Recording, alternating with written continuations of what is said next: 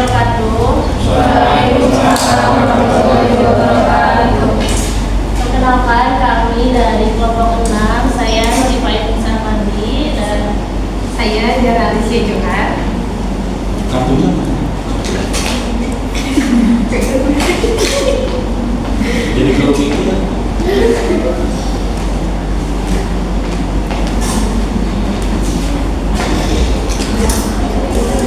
langsung saja. Di sini kami akan membawakan materi mengenai komunikasi dalam organisasi. Nah, untuk materi pertama yaitu akan dibawakan oleh saya mengenai jenis-jenis komunikasi dalam organisasi. Nah, jenis-jenis komunikasi dalam organisasi dapat dikategorikan menjadi dua bagian. Yang pertama yaitu komunikasi internal dan yang kedua komunikasi eksternal. Yang pertama yaitu komunikasi internal. Komunikasi internal adalah dalam sebuah organisasi suatu bentuk penyampaian pesan antar organisasi, seperti komunikasi antara pimpinan dengan anggotanya ataupun sesama anggota, yang dimana di dalamnya membahas mengenai seputar kepentingan-kepentingan yang ada di dalam organisasi. Nah, komunikasi internal juga terbagi menjadi dua bagian. Yang pertama yaitu komunikasi vertikal. Komunikasi vertikal dalam sebuah organisasi adalah komunikasi dari atas ke bawah dan komunikasi dari bawah ke atas. Yang dimana komunikasi dari atas ke bawah yaitu seperti komunikasi pimpinan kepada anggotanya, seperti menyampaikan instruksi atau perintah terkait hal-hal yang ada dalam organisasi. Nah, adapun komunikasi dari bawah ke atas yaitu komunikasi anggota kepada pimpinannya, seperti menyampaikan hasil laporan yang telah dibuat atau melaporkan pengaduan permasalahan yang ada di dalam organisasi. Nah, untuk yang kedua yaitu komunikasi horizontal. Nah, komunikasi ini juga bersifatnya sejajar, karena komunikasi ini bersifat sejajar seperti komunikasi antara pimpinan dengan pimpinan ataupun anggota dengan anggotanya. Contohnya seperti komunikasi antara ketua dan wakil ketua di dalam sebuah organisasi, ataupun sama anggota, yaitu komunikasi seksi bidang 1, seksi bidang 2 di dalam sebuah organisasi. Nah, untuk komunikasi selanjutnya yaitu komunikasi eksternal. Komunikasi eksternal adalah suatu bentuk penyampaian pesan dari dalam organisasi kepada halayak umum. Nah, komunikasi itu juga terbagi menjadi dua bagian.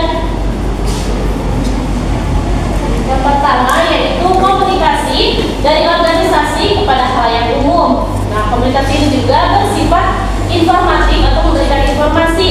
Contohnya yaitu dalam organisasi misalnya HMPS MPS mempromosikan kampus kepada sekolah-sekolah yang ada di luar sana. Nah, untuk yang kedua yaitu komunikasi dari klien kepada organisasi, yaitu komunikasi ini bersifat umpan balik. Contohnya seperti dalam perusahaan yaitu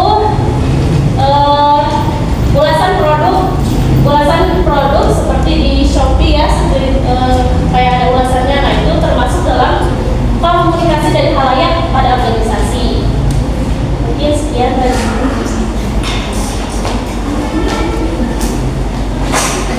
Selanjutnya ada hambatan komunikasi dalam organisasi. Hambatan komunikasi yaitu kesulitan dalam komunikasi dalam suatu organisasi yang berhubungan dengan antara pihak yang terlibat. Komunikasi yang efektif melibatkan orang lain dan menghubungkan titik kesamaan supaya menjadi komunikasi yang efektif. Setelah itu ada aspek hambatan dalam komunikasi. Yang pertama, hambatan fisik. Hambatan fisik dapat mencegah atau menghambat individu yang terlibat dalam komunikasi efektif. Hambatan ini terdapat di beberapa wilayah umumnya dan mempengaruhi ruang komunikasi. Setelah itu ada budaya. Budaya dapat memiliki hambatan yang signifikan dalam titik kesamaan pada komunikasi orang lain. Setelah itu ada bias. Bias, apakah kamu mengakui atau tidak, semua orang menderita karena bias ketika kita berinteraksi dengan mengirim atau menerima pesan. Bias bisa berdasarkan dengan keyakinan yang terbentuk. Setelah itu ada salah penafsiran. Salah penafsiran lebih sering terjadi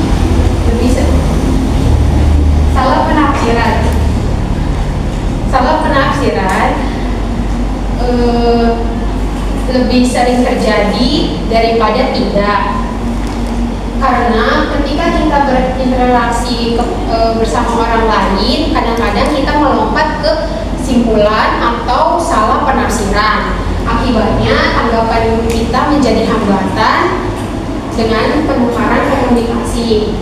Maka pentingnya untuk bisa memastikan informasi tersebut atau pesan tersebut jelas dan memastikan bahwa kita mengerti apa maksud dari pesan tersebut. Yang terakhir itu ada konflik masalah yang ada di berbagai komunikasi. Selanjutnya. Setelah itu ada contoh penyebab kegagalan komunikasi. Contohnya yang pertama, Anda yakin apa yang Anda Udah yakin ada. benar. Penyebab kegagalan komunikasi yang pertama, dengan Anda tidak yakin bahwa orang lain mengatakan apa yang dikatakan orang lain. Yang kedua, dengan asumsi bahwa Anda tahu apa yang orang lain katakan dan berpikiran bahwa menyuarakan tanggapan sendiri. Yang ketiga, Anda dengan yakin tidak tahu bahwa apa yang harus Anda katakan, bahwa Anda gagal dalam berkomunikasi, bukan menyuarakan isi pikiran Anda. Semua hambatan tersebut dapat diatasi dengan usaha dari para pelaku komunikasi. Cukup sekian dari presentasi hari ini. Apa yang ingin ditanyakan?